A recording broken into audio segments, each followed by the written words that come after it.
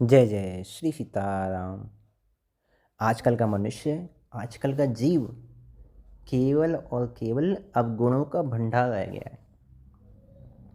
चाहे काम की बात हो, चाहे क्रोध की बात हो, चाहे लोभ की बात हो, चाहे मोह हो, जो भी हो, अवगुण के नाम चाहे हम जितने भी ले लिए जाएं, जीव उसका खजाना है। और जब भगवान की प्राप्ति की बात आती है, भगवान की प्राप्ति के योग्य बनने की बात आती है, तो राम जी मानस जी में कह रहे हैं कि निर्मल मन जन सो मोहि पावा, मोहि कपट छल छिद्र न भावा। मन जिसका निर्मल है, जिसमें कपट नहीं है, जो स्वार्थ लालच इन सबसे रहित है, वो ही मुझे प्राप्त कर सकता है। सो मोहि पावा। मन की निर्मलता वो सबसे सरल है, सबसे आवश्यक है, और वही जीव के अंदर नहीं है। और कहने को तो मनुष्य कहलाते हैं, लेकिन मनुष्य कहलाने का जो पहला जो धर्म है, पहला जो एक गुण होना चाहिए, मनुष्यता, वही मनुष्य में नहीं है। और जब तक मनुष्य में मनुष्यता नहीं है, वो पशु ही तो है। पशु के अतिरिक्त वो क्या है? एक मनुष्यता ही तो है जो उसे अन्य जो योनियां हैं, जो अन्य जीव की योनियां हैं, चाहे पशु पक्षियों की हों, उनसे उसको पृथक बनाती है। यदि मनुष्यता नहीं तो फिर वो मनुष्य नहीं है, फिर वो पशु ही है। आपको समझाने के लिए मैं आपको एक कथा सुनाता हूँ। गांव में एक ब्राह्मण रहते थे, बहुत ही दरिद्र थे और भिक्षा मांग के गुजारा करते थे। अब गांव में तो वैसे भी इतना धन किसी के पास होता नहीं, इतने धनी लोग रहते नहीं हैं। तो उन्हें लगा, ब्राह्मण देव को, कि यदि मैं शहर में चला जाऊं, यदि मैं शहर में चला जाऊं तो शहर में लोगों के पास धन बहुत होता है, धनी लोग रहते हैं। तो जैसे गांव में भिक्षा मांगता हूँ, उसी प्रकार से यदि मैं शहर में चल के भिक्षा मांगूँ तो मेरा जीवन कट जाएगा। उसी प्रकार भिक्षा प्राप्त करके मेरा जीवन कट जाएगा। तो इतना विचार करके वो शहर की ओर चल दिए। और सूर्य उदय होने के बाद, जब दिन चढ़ गया, तो सूर्य उदय होने के बाद 2:30 पहर तक वो भिक्षा मांगते रहे। प्रयास किया कि कोई भिक्षा दे दे, लेकिन जिस भी द्वार पर गए, उस द्वार पर उन्हें धक्के ही मिले, किसी ने उन्हें भिक्षा नहीं दी। थक हाकर एक वृक्ष के नीचे बैठ गए। करे तो करे क्या, भाग्य को कोसने लगे कि बताइए मेरा कैसा दुर्भाग्य है। इतना बड़ा बड़ा नगर और इतने धनी मानी लोग, इतने धनी मानी लोग, और उसके बाद भी मुझे भिक्षा नहीं मिली। ये मेरा दुर्भाग्य नहीं तो और क्या है। बहुत उदास बैठे हुए थे, भूख प्यास से तप्त थे। इतने में वहां से एक संत गुजरे। संत ने देखा, पूछा भैया क्या हुआ। तो शुरू में तो ब्राह्मण देव ने बताया नहीं कि नहीं क्या बताऊं। कोई धनी मानी होता, उससे मैं बताता तो हो सकता था कि दया करके कुछ धन दे देता, कुछ कार्य मेरा हो जाता। तो उन्होंने कहा नहीं नहीं संत महाराज, आप जाइए। बोले तुम बताओ तो, यदि बताओगे नहीं तो फिर उसका निराकरण कैसे होगा। तुम कुछ बताओ तो उसका कुछ निराकरण हो ना, कुछ बताओ तो उसका निराकरण हो। तो ब्राह्मण देव ने संत महाराज को जो जो बात थी, सारी बातें उन्होंने बता दी कि महाराज ऐसी ऐसी बात है, और इस प्रकार से मैं गया, किसी ने मुझे भिक्षा भी नहीं दी। तो संत महाराज ने कहा कि देखो, यदि तुमने किसी मनुष्य से भिक्षा मांगी होती, किसी मनुष्य से यदि तुमने भिक्षा मांगी होती तो तुम्हें अवश्य भिक्षा मिलती। तुमने किसी मनुष्य से तो भिक्षा मांगी नहीं जो तुम्हें भिक्षा मिले, तुमने तो पशुओं से भिक्षा मांगी है। तो ब्राह्मण देव ने कहा नहीं महाराज, ऐसी बात तो नहीं है, मैं तो जहाँ पे भी गया सब मनुष्य ही थे, मैंने मनुष्य से ही भिक्षा मांगी है। तो उन्होंने कहा कि ये तुम्हें लगता है कि वो मनुष्य हैं, तुम्हें लगता है कि उनके द्वार के बाहर हल्दी चंदन लगा हुआ है, भगवान के फोटो लगे हुए हैं, तो वो सब मनुष्य ही हैं? नहीं, ऐसा नहीं है। तो ब्राह्मण देव ने कहा फिर महाराज क्या करना चाहिए? तो उन्होंने कहा चलो, ये मेरे पास एक चश्मा है, इसको तुम लगा लो, और इसको लगा के अब तुम भिक्षा मांगने के लिए जाओ, और जो तुम्हें मनुष्य दिखाई दे तुम उससे भिक्षा मांगना। तो पहले तो ब्राह्मण देव को समझ में आया नहीं, जो मनुष्य दिखाई दे उससे भिक्षा मांगना। उन्होंने कहा चलो ठीक है, लगा लेते हैं। तो उन्होंने चश्मा लगा लिया। अब चश्मा लगाने के बाद फिर से वो उसी नगर में पहुंचे।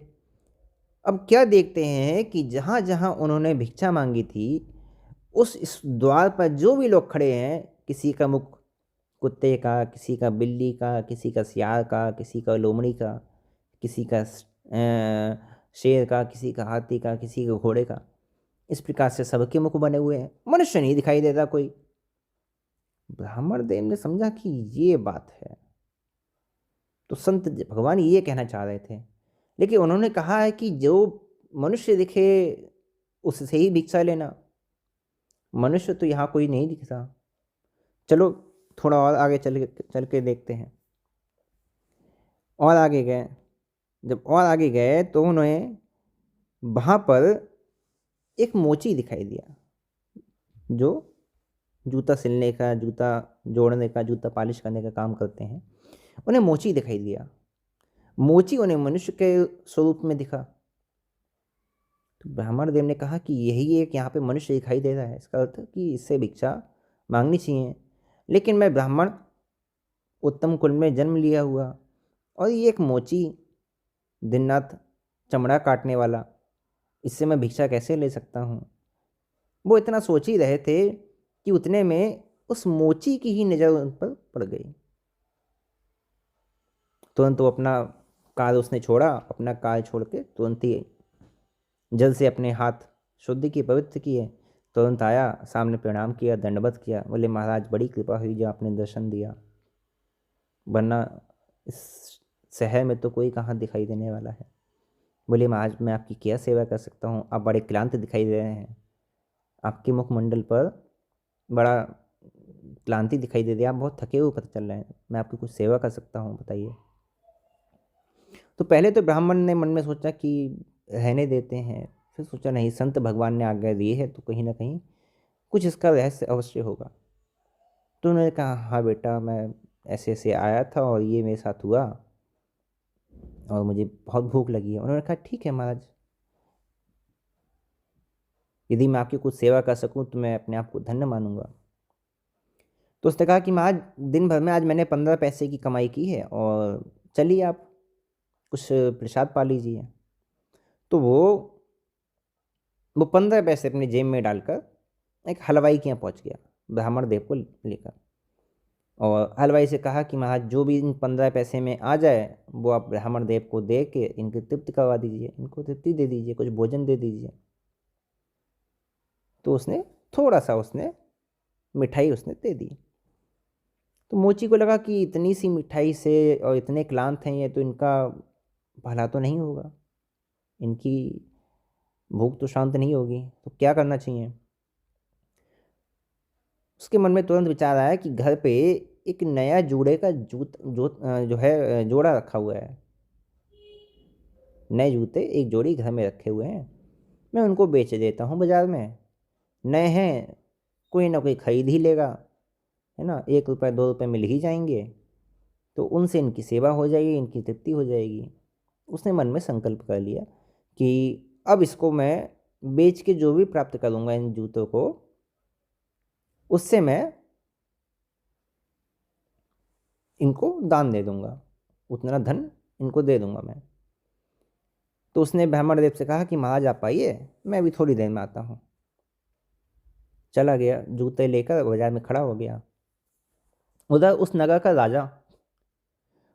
के राजा को एक अजीब शौक था, उसको रोज नए जूते चाहिए थे। रोज वो जब नगर घूमने निकलता था तो नए जूतों में निकलता था, और एक कार्य उसने अपने मंत्री को दिया हुआ था कि मंत्री जी रोज जूते लाने की जिम्मेदारी आपकी है। उस दिन भी मंत्री कई जूते लेके आए, लेकिन उसको पसंद नहीं आए, उसके पैर में भी फिट नहीं आए। तो राजा ने कहा कि कोई ऐसा जूता लेके आओ जो मेरे पैर में फिट हो, मेरे पैर के लिए बना हो, मुझे पसंद हो, चाहे उसके लिए कितना धन देना पड़े, दे देना। मोची गया बाजार में, तो बाजार में चौराहे पे उसने, वो जो मंत्री था वो बाजार में गया, उसने बाजार जाते ही मोची के हाथ में वो जूते देखे, उसको बड़े सुंदर लगे। उसने कहा कि भाई ये जूते राजा साहब को चाहिए पहनने के लिए, मैं इसके बदले तुम्हें 500 रुपये दूंगा। अब मोची जहाँ 1-2 रुपए की बात आया तो सुन के, तो 500 रुपये सुन के वो भी बड़ा आश्चर्यचकित हो गया। लेकिन उसने कहा कि महाराज इतने कम पैसे के जूते के लिए आप 500 रुपये क्यों देंगे? बोले हमारे राजा साहब को ये जूते पसंद आएंगे, मुझे ऐसा लगता है, तुम चलो उनके साथ, तुम मेरे साथ चलो, और हो सकता है वो तुमसे अपने और जूते बनवाएं। चला गया, राजमहल पहुंचा। राजा ने जूते देखे, उसके पैर में फिट आ गए, उसको बड़े पसंद आए। तुरंत कहा कि भाई 500 रुपये का उपहार और 500 रुपये इनके जूते के, मतलब 1000 रुपये इनको दिए जाएं।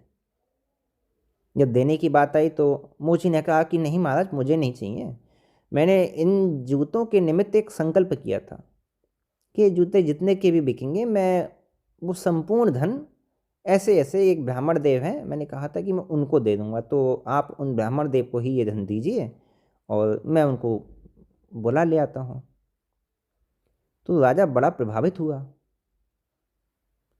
राजा बड़ा प्रभावित हुआ कि भाई, और ऐसे ऐसे मोची बताओ, और इसके अंदर बड़ा जो है तपस्वी पता चलता है, इसके अंदर बिल्कुल लोभ नहीं है, कोई लालच नहीं है।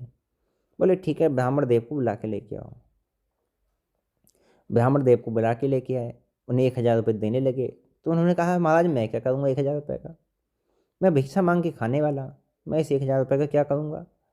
मोची है और पूरे नगर में इसी ने मुझे भिक्षा दी, और मैं इस प्रकार से इसके साथ अन्याय तो नहीं कर सकता। तो राजा ने कहा कि मैं देना चाहता हूँ और ये भी नहीं लेना चाहता, आप भी नहीं लेना चाहते, क्या बात है? और पूरे नगर में आपको किसी ने भिक्षा क्यों नहीं दी? हमारे तो नगरवासी अच्छे हैं, सज्जन हैं। तो ब्राह्मण ने पूरी बात महाराज राजा को बता दी कि महाराज ये पूरी बात है, और इस प्रकार से एक संत ने मुझे चश्मा दिया था,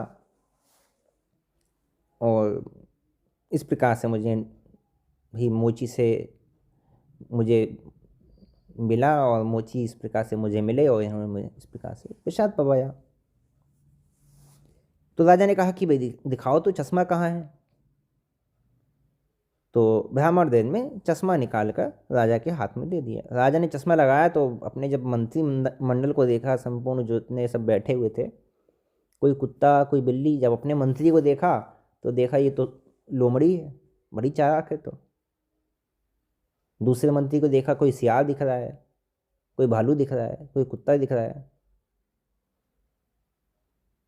राजा को बड़ा आश्चर्य हुआ। राजा ने कहा मंत्री जी देखिए तो, देखिए एक बार लगा के। जब मंत्री ने लगा के देखा तो मंत्री को राजा बाघ दिखाई दिया, चीता, और बाकी सब वही पशु सब दिखाई दिए। मंत्री ने भी उतार दिया। और राजा ने फिर कहा कि भाई दर्पण लाया जाए। जब दर्पण लाया तो मंत्री ने अपना मुख देखा, राजा ने अपना मुख देखा, सब पशु दिखाई दे रहे हैं। तो राजा ने कहा कि यदि ऐसी बात है तो फिर मैं